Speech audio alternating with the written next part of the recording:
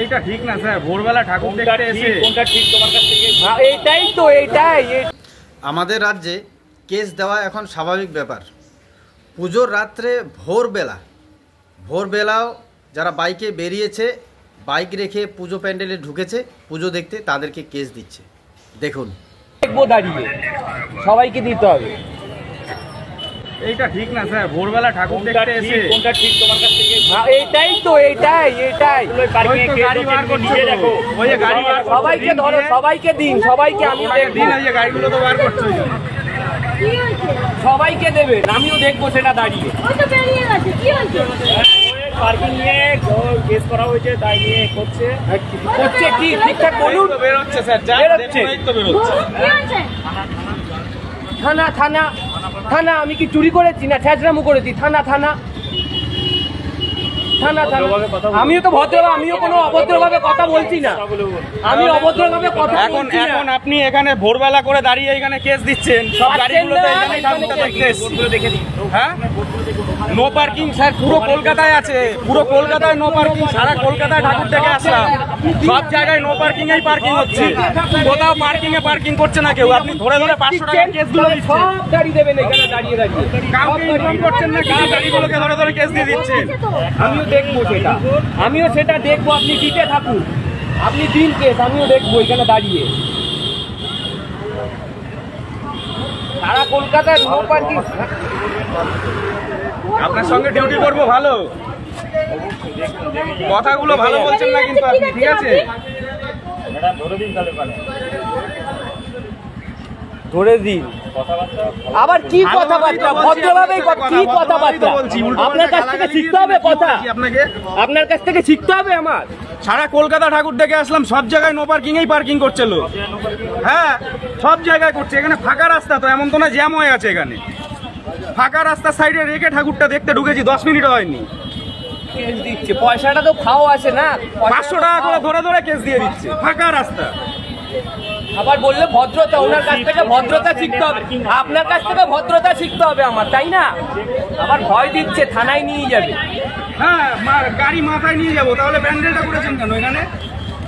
প্রতিটা গাড়িতে কেস দিয়েছে, টাকা হচ্ছে না, কেস দিয়ে দিয়ে টাকা নিচ্ছে। টাকা আর পাচ্ছে না তো, টাকা পাবে কোথায় থেকে?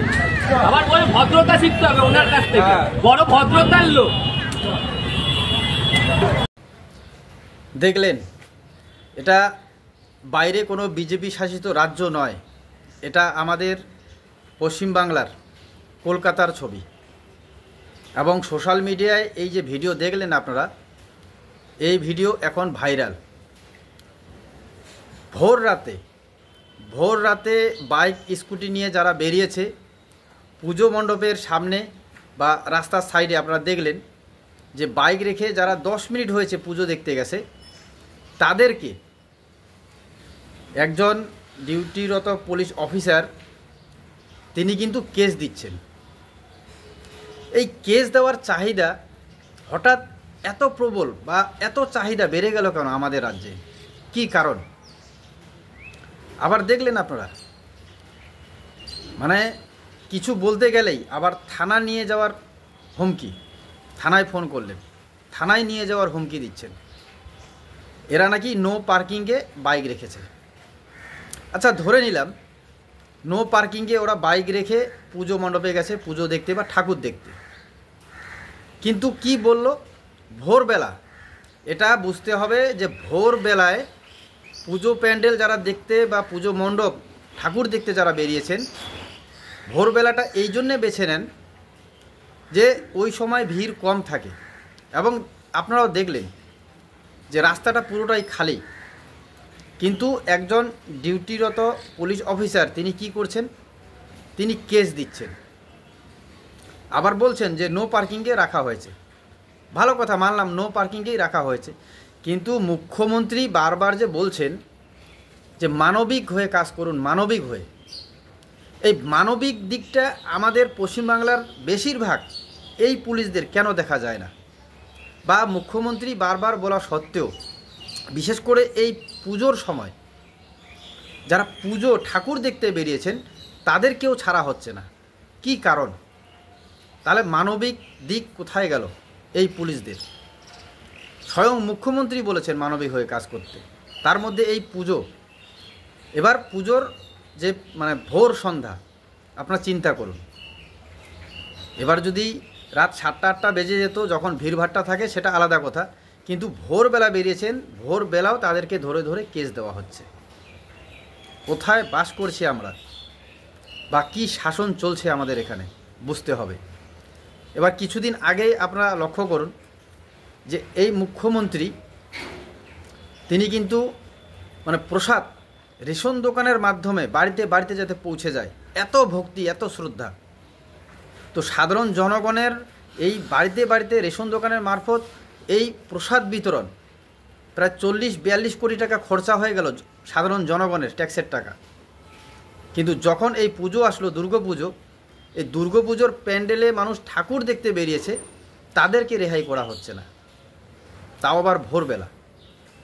কি বলবেন? মানে আমাদের পশ্চিমবাংলায় মানবিক রূপ এখন আর এই সমস্ত দায়িত্ববান পুলিশ অফিসার, হ্যাঁ দেখে তো মনে হচ্ছে কি সুন্দর উনি ওনার দায়িত্ব পালন করছেন, কিন্তু ভোরবেলাও যে দায়িত্ব পালন করতে হয় এত কঠোরভাবে, যারা ঠাকুর দেখতে বেরিয়েছে তাদেরকেও ধরে কেস দিতে হবে, এই ধরনের পুলিশ অফিসাররা আছে বলেই আমাদের হয়তো পশ্চিমবাংলায় বেশি বেশি করে এই সমস্ত ভিডিও ভাইরাল হচ্ছে। এবং বেশিরভাগটা দেখা যাচ্ছে এখন লোককে রাস্তায় ধরে হেনস্থা করছে, গাড়িওয়ালাদেরকে ঢিল মারা হচ্ছে, গাড়িতে ডান্ডা মারা হচ্ছে। কি কারণ? এত চাহিদা কেন? কেস দেওয়ার এত চাহিদা? যাই হোক, চাহিদা তো থাকবেই, কারণ রাজ্যে যেভাবে শাসন ব্যবস্থা চলছে, বা মুখ্যমন্ত্রী এই সমস্ত ভিডিও দেখার পরেও অনেক সময় তিনি বলে থাকেন কতগুলি তো এআই দিয়ে তৈরি, আবার কতগুলি নাকি কাটছাট করে বাদ দিয়ে ভিডিও তৈরি করা হয়। তো এই সমস্ত ভিডিও দেখেই বোঝা যাচ্ছে যে পুজো মণ্ডপের ভিডিও এবং পুজোর বাইরে ভোর সন্ধ্যায় যারা পুজো দেখতে বেরিয়েছেন তাদেরকে কেস দেওয়া হচ্ছে। তো আমাদের পুলিশ মন্ত্রী, মুখ্যমন্ত্রী মমতা ব্যানার্জি, আপনি যদি এই সমস্ত ভিডিও দেখে থাকেন, তো কমপক্ষে আপনি যেটা বলেছেন যে পুলিশ অফিসারদের শুধু সাধারণ মানুষকে হ্যারাস করলে হবে না, মানবিক হয়ে কাজ করতে হবে। তো কাজেই আপনিই একটু মানবিক দিকটা এই পুলিশ অফিসারদের ঠিক করে দেবেন, কারণ পুজোতে সাধারণ মানুষকে এভাবে হ্যারাসমেন্ট করা এটা কিন্তু মোটেও ঠিক না, কারণ বাংলার মানুষ দেখছে। তো আপনারা ভিডিওটি দেখলেন, আপনারাও আপনাদের ব্যক্তিগত মত কমেন্টে অবশ্যই জানাবেন। সজাগ থাকবেন। ধন্যবাদ।